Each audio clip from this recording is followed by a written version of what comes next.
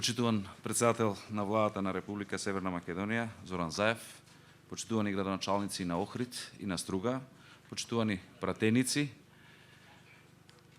почитувани граѓани. Стоејќи овде пред нашето најголемо природно богатство, признаено и како светско природно наследство, пред нашиот вечен бисер, Охридското езеро, би сакал дословно да го цитирам и да ги цитирам зборовите со кои тоа е опишано во УНЕСКО.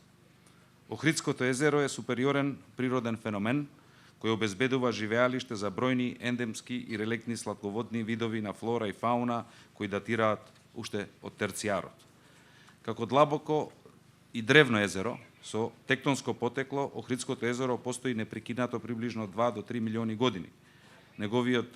Неговите води се дом на преку 200 видови растенија и животни кои се уникатни само за ова езеро, вклучувајќи алги, ракови и 17 ендемски видови на риби, вклучувајќи и 2 вида пастрмки, како и многу птици. Се разбира, вие ова многу подобро од мене го знаете, како граѓани.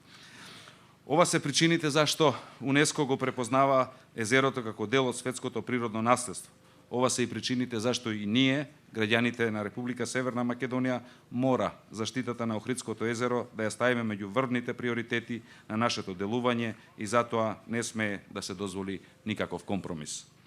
После долги години на отсуство на нашата земја од процесите и соработката со УНЕСКО, за помалку од една година Република Северна Македонија ја зајакна соработката и активностите со УНЕСКО на политичко ниво и се враќа на голема врата во процесите и активностите на УНЕСКО.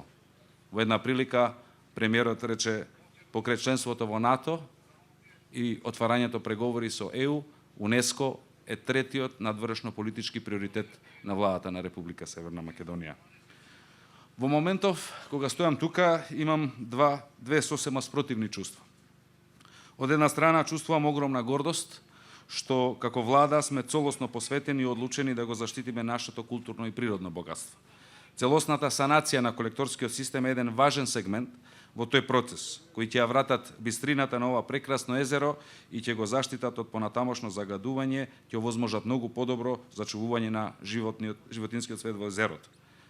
Се разбира, нашата земја е мала и не секогаш има доволно ресурси, но кога се работи за заштита на националните богатства, било да се природни или културни богатства, секогаш мора да има доволно. Затоа сметам дека целосното ставање во функција на колекторскиот систем, освен што е нужен, во исто време и единствено возможен и како знак на нашата основна идеологија, а тоа е односот кон околината, односот кон културата и се разбира нашиот однос кон животот. Ова ме води кон другото спротставено чувство на гнев и длабоко разочарување од политиките кои беа на сила изминативе години. Политиките кои езерото гледаа само како на платформа која треба да овозможи брзо богатење на неколкумина преку немилосордна експлоатација на регионот и целосна деградација на природните и културните особености. Не сме заборавиле дека сакаа да градат парапетче околу езерото, не сме заборавиле дека сакаа да градат аеродром на вода, не сме ги заборавиле ниту палмите кои за среќа градоначалникот ги трна. Тоа беа политики тогаш. Политики кои за жал трошеа се одеднаш, но не оставаа ништо позади себе. Денес, за овие 2,5 години посветеност на оваа влада, кон зачувување на културното и природно богатство на езеро, ја гледаме огромната разлика.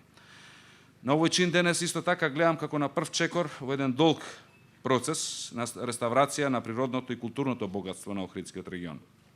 Свесни сме за потешкотиите, но компромис по ова прашање не смее да има. Оваа влада, на чело со премиерот Заев, во овој процес е целосно посветена и не само заради техничкото спроведување на препораките на УНЕСКО, туку заради нас самите и заради суштински и трајно системско заштитување на нашето национално богатство и од тоа не отстапуваме. Благодарам.